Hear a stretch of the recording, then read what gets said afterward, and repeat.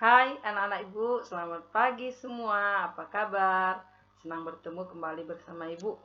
Nah, anak-anak ibu yang baik, sebelum kita memulai pembelajaran kita, alangkah indahnya jikalau pembelajaran hari ini kita awali dengan berdoa. Kita bersatu dalam doa.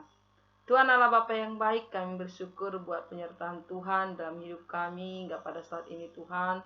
Kami boleh merasakan nikmat kehidupan dan kesehatan yang Tuhan berikan kepada kami. Dan biarlah kiranya Tuhan yang senantiasa memberkati kami dan proses pembelajaran kami pada pagi hari ini sehingga boleh bermanfaat bagi peserta didik kami dan berkenan di hadapan Tuhan. Terima kasih Tuhan, kami telah berdoa. Nah, anak-anak ibu, seperti biasa, tetap semangat belajarnya. Jangan lupa isi absennya dengan memberikan tanda like atau komen di kolom komentar. Nah, sekarang pada pagi hari ini, kita akan mempelajari tentang organ peredaran darah pada manusia. Nah, adapun tujuan pembelajaran kita pada pagi hari ini adalah yang pertama, siswa dapat mengetahui dan memahami organ-organ peredaran darah manusia. Yang kedua, siswa mampu mengidentifikasi fungsi dan bagian-bagian jantung, pembuluh darah, dan darah. Nah, anak-anak ibu, kita masuk ke organ-organ peredaran darah manusia. Itu ada 3, yang pertama jantung, yang kedua pembuluh darah, dan yang ketiga darah. Nah, kita akan bahas satu persatu ya. Yang pertama jantung ya. Nah, jantung berfungsi untuk memompa darah ke seluruh tubuh. Jantung memompa darah dengan cara berkontraksi dan berelaksasi secara bergantian. Nah, jantung terletak di rongga dada dan di atas diafragma. Apa kemarin diafragma, Dak? Itu sekat yang memisahkan antara rongga dada dengan rongga perut. Kemudian jantung terdiri atas beberapa bagian, yaitu perikardium yang disebut sebagai pembungkus jantung, miokardium otot jantung, dan endokardium pembatas ruang jantung. Nah ya, next ya. Nah, jantung memiliki 2 serambi atau atrium ya, nama lain serambi itu atrium ya, dan 2 bilik atau ventrikel ya. Nah, antara serambi kiri dan bilik kiri dipisahkan oleh katup palpula biscuspitalis. Kemudian antara serambi kanan dan bilik kanan dipisahkan oleh katup palpula tricuspitalis. Dan pada klep jantung terdapat palpula seminularis, bentuknya seperti bulan sabit ya, yang berfungsi agar darah tetap mengalir searah. Ya, nah ya. Nah, katup-katup ini berfungsi agar mencegah agar darah bersih dan darah kotor tidak bercampur ya. Kita next ya, masih mengenai jantung ini ya. Nah, jantung terbagi menjadi 4 ruang, yaitu serambi kanan ini ya, fungsinya berfungsi menampung darah kotor dari seluruh tubuh. Kemudian serambi kiri berfungsi menampung darah bersih dari paru-paru. Yang ketiga, bilik kanan berfungsi memompa darah kotor ke paru-paru, sedangkan bilik kiri berfungsi memompa darah bersih. Nah, ini darah bersih ya ke seluruh tubuh. Nah, ini dia bagian jantung ini ya. Ini yang disebut bilik kanan ya, yang di bawah-bawah ini bilik ya. Yang di bawah bilik, yang di atas kanan ya. Yang sebelah sini bilik kanan serambi kanan, bilik kiri serambi kiri. Nah, biasanya bilik-bilik ini lebih tebal daripada serambi. Mengapa? Karena bilik itu kerjanya lebih capek, lebih berat karena kerjanya memompa darah ke seluruh tubuh. Nah, bilik kanan dengan bilik kiri pun lebih tebalnya bilik kiri dari bilik kanan. Kenapa? Karena bilik kanan memompa darah ke seluruh tubuh, sedangkan bilik kiri hanya memompa darah ke paru-paru. Ya, jadi itulah dia jantungnya ya. Paham ya, ya? Kita lanjut. Ya, yang kedua itu ada pembuluh darah. Ya, pembuluh darah adalah sistem peredaran darah yang berbentuk tabung otot elastis atau pipa. Nah, pembuluh darah berfungsi sebagai saluran tempat mengalirnya darah dari jantung ke seluruh tubuh dan dari seluruh tubuh kembali lagi ke jantung. Nah, pembuluh darah itu ada 3 jenis. Sebenarnya 2 ya. Yang paling umum itu 2, yang paling besar ya. Ini nanti penghubung. Ya, pembuluh darah terdiri atas 3 jenis. Yang pertama pembuluh darah nadi atau arteri, pembuluh darah vena atau balik. Jadi nama lain pembuluh darah vena itu balik ya, nadi itu arteri, dan pembuluh darah kapiler. Nah, pembuluh darah arteri atau kita sebut dengan nadi adalah pembuluh darah yang membawa darah yang kaya akan oksigen keluar dari jantung ke seluruh tubuh. Nah, pembuluh darah nadi paling besar kita sebut sebagai aorta. Yang kedua, pembuluh darah vena atau balik adalah pembuluh darah yang membawa darah kaya akan karbon dioksida dari seluruh tubuh menuju ke jantung. Ini ya. Kemudian kita masuk ke pembuluh darah kapiler. Adalah pembuluh darah yang sangat halus yang menghubungkan ujung pembuluh darah nadi atau terkecil atau kita sebut arteriola dan pembuluh vena terkecil atau venula. Ya, itu dia. Ini ya perbedaan ketiga pembuluh darah tersebut. Ya. Nah, kita mau lihat ya tabel perbedaan pembuluh darah vena dengan arteri ya atau nadi. Nah, kalau pembuluh darah arteri atau nadi itu mengalirkan darah dari jantung ke seluruh tubuh, sedangkan vena mengalirkan darah dari seluruh tubuh ke jantung. Jadi berbeda pekerjaannya ya. Nah, berarti aliran darahnya ini dari jantung, ini dari tubuh ke jantung. Ya, ini dari jantung ke seluruh tubuh, ini dari tubuh ke jantung ini ya. Dindingnya tebal dan elastis, sedangkan pada vena itu dinding tebal ya. Pada arteri dindingnya tebal dan elastis. Kalau pada vena kebalikannya, dindingnya tipis dan tidak elastis. Kemudian kalau pembuluh arteri itu terletak di bagian dalam tubuh ya, sedangkan vena itu terletak di permukaan tubuh, biasanya berwarna kebiru-biruan ya. Nah, denyutnya terasa saat ditekan ya. Boleh di sini ya nak, dekat leher, kemudian boleh juga di pergelangan tangan ini bagian kanan ya. Ini ditekan, terasa ya. Kemudian berisi darah bersih atau kaya akan oksigen, sedangkan vena berisi darah kotor atau kaya akan karbon dioksida. Nah, jika terjadi luka ya,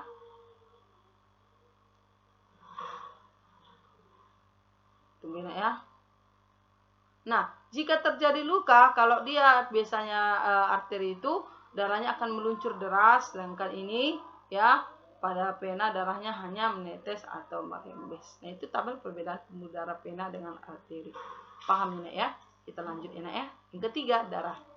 Organ peredaran darah jantung darah yang ketiga adalah darah. Nah, fungsi darah. Fungsi darah yang pertama mengangkut oksigen ke seluruh tubuh yang dilakukan oleh si eritrosit ini ya.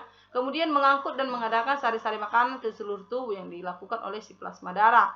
Yang ketiga membunuh kuman yang masuk ke dalam tubuh yang dilakukan oleh si leukosit. Kemudian yang keempat menutup luka atau pembekuan darah yang dilakukan oleh si trombosit. Yang kelima mengedarkan darah getah bening. Kemudian 6 menjaga kestabilan suhu tubuh, dan yang ketujuh mengatur keseimbangan asam basa.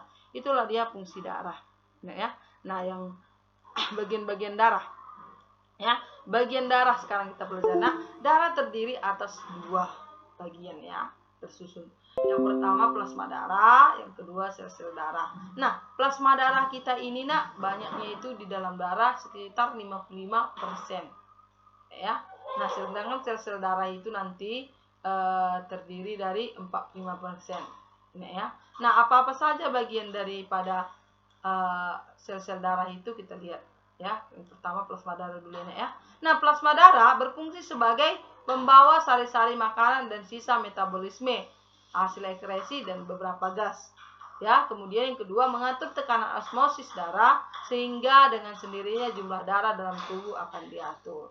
Nah, itu dia fungsi di plasma darah. Tapi fungsi plasma darah yang paling umum ya, sering ditanya adalah mengalirkan sari-sari makanan ya ke seluruh tubuh dan sisa metabolisme. Yang kedua sel-sel darah. Sel-sel darah terdiri atas 3 ya. Sel-sel darah kita itu, tadi kan darah dibedakan menjadi 2, plasma darah dan sel darah ya. Nah, sel darah itu dibedakan lagi menjadi 3 ya, atau tersusun dari 3 bagian. Yang pertama, sel darah merah atau kita sebut dengan eritrosit. Yang kedua, sel darah putih yang kita sebut dengan leukosit, dan keping darah yang kita sebut dengan trombosit. Sudah tadi ya, apa fungsi sel darah merah ini udah tahu tadi ya. Sel darah merah itu untuk mengangkut oksigen, sel darah putih itu untuk membunuh kuman penyakit dan antigen asing yang masuk ke dalam tubuh, sedangkan keping darah berfungsi untuk pembekuan darah. Nah, ya. Kita lihat satu-satu. Ya, eritrosit atau sel darah merah ya, merupakan bagian utama dari darah. Jumlahnya pada pria dewasa sekitar 5 juta per cc dan pada wanita dewasa sekitar 4,5 juta per cc. Nah, bentuk sel darah merah adalah bikonkav, yaitu bentuknya ya, serta berwarna merah disebabkan oleh hemoglobin ya. Jadi sel darah merah itu berwarna merah itu akibat dia mengandung hemoglobin. Hemoglobin ini atau yang kita singkat dengan Hb, inilah yang berfungsi untuk mengikat oksigen di dalam darah ya. Nah, umur eritrosit itu sekitar 120 hari. Setelah itu akan dirombak ke dalam hati menjadi bilirubin dan biliverdin, zat warna pada empedu. Ya, jadi umur sel darah merah itu sesudah dibentuk hanya 120 hari ya. Siap itu diubah lagi dia. yang sudah lama itu atau yang sudah rusak dirombak dalam hati menjadi bilirubin dan biliverdin, zat warna empedu. Ya, ini nanti berhubungan dengan sistem pencernaan juga ya. Nah, penyakit kekurangan eritrosit atau sel darah merah kita sebut sebagai penyakit anemia. Oke, nah ya, paham ya? Kemudian leukosit atau sel darah putih. Ya. Leukosit atau sel darah putih ya, itu memiliki inti sel, tidak mengandung hemoglobin atau Hb, fungsi sebagai pertahanan tubuh. Ya, ini fungsi ya, atau membunuh kuman penyakit. Kemudian terbagi menjadi dua. Yang pertama granulosit. Ya, granulosit itu memiliki protein granula di sitoplasmanya. Nah, contoh yang termasuk sel darah putih granulosit itu adalah neutrofil, eosinofil, dan basofil. Itu jenis-jenisnya aja nih ya. Kemudian agranulosit yaitu tidak memiliki protein granula di sitoplasmanya. Nah, contoh limfosit dan monosit. Nah, kita lihat dulu gambar-gambar macam-macam sel darah putih itu ya. Ini disebut dengan neutrofil, eosinofil, basofil, limfosit, dan monosit. Ini bentuk-bentuk sel darah putih. Jadi semua sel darah putih ini fungsinya untuk membunuh kuman penyakit atau pertahanan tubuh benda asing yang masuk ke dalam tubuh. Ini ya. Next ya, yang ketiga atau yang terakhir kita akan membahas tentang keping darah atau trombosit. Nah, keping darah bentuknya bulat dan lonjong, berinti untuk pembekuan darah ya. Fungsinya ini untuk pembekuan darah maksudnya ya. Dibentuk di sumsum merah ya. Jumlahnya sekitar 300.000 sel per milimeter kubik darah dan umurnya hanya 8 hari. Nah, demikian pembelajaran kita hari ini ya. Sebelum itu kita lihat dulu proses pembekuan darah ya. Nah, proses pembekuan darah oleh si trombosit. Jika kita luka, trombosit kita akan pecah. Ya, baru kita akan mengeluarkan PAH. Apa itu PAH? Faktor anti hemofilia. Ini hanya dimiliki orang yang tidak memiliki penyakit hemofilia ya. Ini orang normal. Ya. Nah, kalau orang penyakit hemofilia itu tidak ada PAH-nya, makanya penyakit hemofilia akan menyebabkan letal atau kematian. Ya, karena ketika dia berdarah, ya darahnya akan mengalir terus tanpa dapat kembali menggumpal. Ini ya, atau tertutup. Nah, kita akan mengeluarkan PAH, faktor anti hemofilia, membentuk trombokinase. Kemudian trombokinase akan berubah menjadi protombin. Ya, dengan bantuan vitamin K akan berubah menjadi trombin, dan trombin dengan bantuan ion kalsium ya berubah menjadi fibrinogen dan akan membentuk fibrin. Nah, fibrin ini disebut sebagai benang-benang halus penutup luka, sehingga kita luka itu ada fibrinnya. Ini ya. Nah, paham ya nak ya? Nah, demikian pembelajaran kita hari ini nak. Untuk tugas ada 5. Yang pertama, tuliskan 3 organ peredaran darah manusia dan fungsinya masing-masing. Yang kedua, tuliskan 3 jenis pembuluh darah. Yang ketiga, tuliskan bagian-bagian darah dan fungsinya masing-masing. 4, tuliskan fungsi darah. Kemudian yang kelima, tuliskan 4 bagian ruang jantung dan fungsinya masing-masing. Demikian pembelajaran kita ini nak. Jika ada yang mau ditanyakan atau tidak dimengerti, boleh ditanyakan kepada ibu melalui chat pribadi atau di kolom komentar. Terima kasih. Jangan lupa kerjakan tugas dan catatannya dan dikumpulkan ke sekolah ya, untuk kelas 5A, B, C, dan D. Ya nak ya. Selamat pagi buat kita semua. Salam sehat. Sampai bertemu pada pertemuan selanjutnya. Ya, tetap semangat dan jaga kesehatan. Terima kasih nak. Selamat